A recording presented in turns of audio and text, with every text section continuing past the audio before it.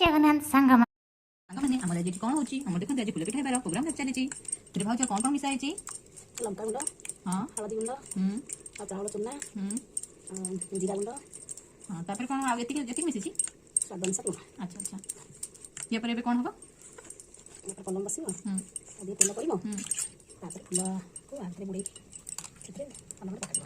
ଆଚ୍ଛା ଆଚ୍ଛା, ଏ ଦେଖନ୍ତୁ ଆମର ଏବେ ପଲମ ବସିଛି। ତାପରେ ଧୀରେ ଧୀରେ କରିକି ଆମର ଏବେ ତେଲ ପଡ଼ିବ। ଏ ଦେଖନ୍ତୁ ଏବେ ଆମର ପଲମରେ ତେଲ ପଡ଼ିଗଲା।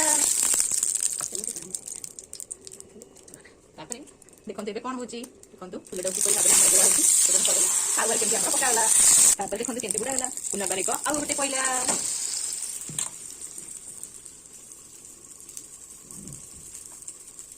ଦେଖନ୍ତୁ କେତେ ସୁନ୍ଦର ଭାବରେ ଆମର ପଡୁଛି ଏଠି ଫୁଲ ପିଠା। ଦେଖନ୍ତୁ କେମିତି ପଇଲା ଏବେ ଆଉ ଗୋଟେ ପିଠା।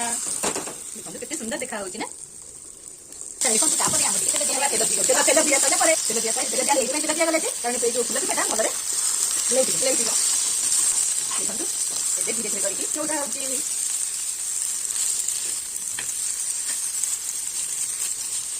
ଆଉ ଥରେ ଏକ ତେଲ ଟିକେ ପଡ଼ିଗଲା କାରଣ ଭଲରେ ଉଠିବ ବୋଲି। ଦେଖନ୍ତୁ ଏବେ ଆମର ପିଠା ହେଇଗଲା। କେତେ ସୁନ୍ଦର ଦେଖା ହେଉଛି ନା। କେତେ ସୁନ୍ଦର ଦେଖା ହେଉଛି। ଆପଣ ଲାଇକ୍ ଏବଂ ସବସ୍କ୍ରାଇବ କରିଦେବେ। ଭଲ ଲାଗିଲେ ଲାଇକ୍ କରିବ, ସବସ୍କ୍ରାଇବ କରିବ, ସେୟାର କରିବ।